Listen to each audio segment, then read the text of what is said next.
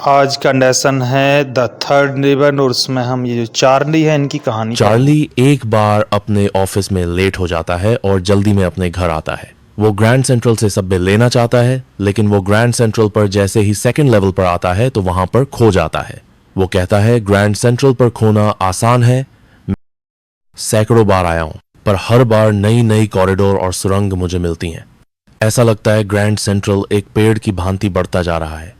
जैसे पेड़ में नई नई जड़ें बढ़ती जाती हैं, वैसे ही यहाँ नई नई सुरंगें बनती जा रही हैं।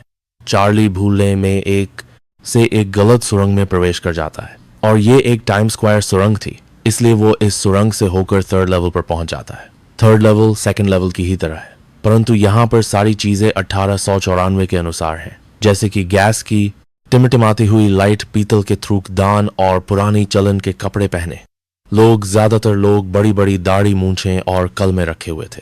रेल गाड़ी में से एक महिला उतरती है, उसके कपड़े भी पुरानी तरह के थे और रेलगाड़ी का इंजन भी पुरानी तरह का चिमनी वाला था। समय को निश्चित करने के लिए चार्ली पेपर बाले के पास जाता है और लीडिंग स्टोरी को देखता है।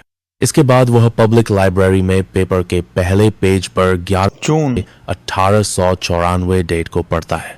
इससे उसे यह निश्चित हो जाता है कि वह 1894 के संसार में आ गया है। अब वह यहाँ पर अपने दादाजी के गांव गैल्सवर्ग इल्यूजन में जाना चाहता है, क्योंकि वहां लोग शांति व सौहार्द से रहते हैं। वहां के लिए 2 टिकट खरीदने टिकट खिड़की पर जाता है।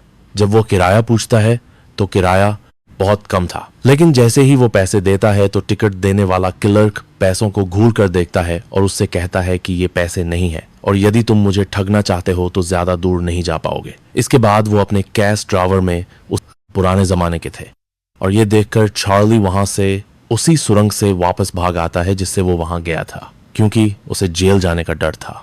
इसके बाद वो बैंक से अपने पैसे निकालकर उन्हें पुराने पैसों में बदलता है। कोई भी किसी को आइन डीलर से प्रीमियम देकर पुराने पैसे ले सकता है, परंतु चार्ली इसके बाद उस कॉरिडोर को ढूंढ ही नहीं पाता जिससे थर्ड लेवल पर जाते हैं।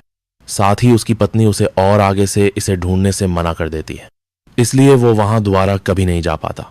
जब वो इसके बारे में अपने दोस्तों को बताता है तो उसका एक दोस्त सैम, जो एक मनोचिकित्सक भी था, उसे बताता है कि यह उसकी कल्पना है, इच्छा पूर्ति करने वाला दिवा स्वप्न, क्योंकि तुम इस संसार में असुरक्षा, युद्ध के डर व चिंता के कारण यहां से भागना चाहते हो और थर्ड लेवल तुम्हें बच निकलने का रास्ता है। इसके लिए वो उसकी टिकट कलेक्शन को जिम्मेदार ठहराता है। वो कहता है टिकट कनेक्शन भी अस्थायी रूप से वास्तविकता से बचना है, परंतु चार्ली उस की इस बात से सहमत नहीं होता है। फिर चार्ली थर्ड लेवल को ढूंढना छोड़कर अपने इन टिकट कनेक्शन में व्यस्त हो जाता है।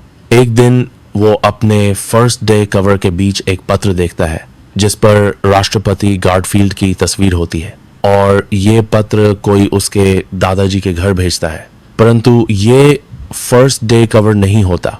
जब वो इसे खोलता है तो उसमें सैम, जो उसका साइकाइट्रिस्ट दोस्त था, का एक पत्र लिखा होता है जिसमें लिखा होता है चार्ली। सही कह रहा था, थर्ड लेवल सच में है सैम।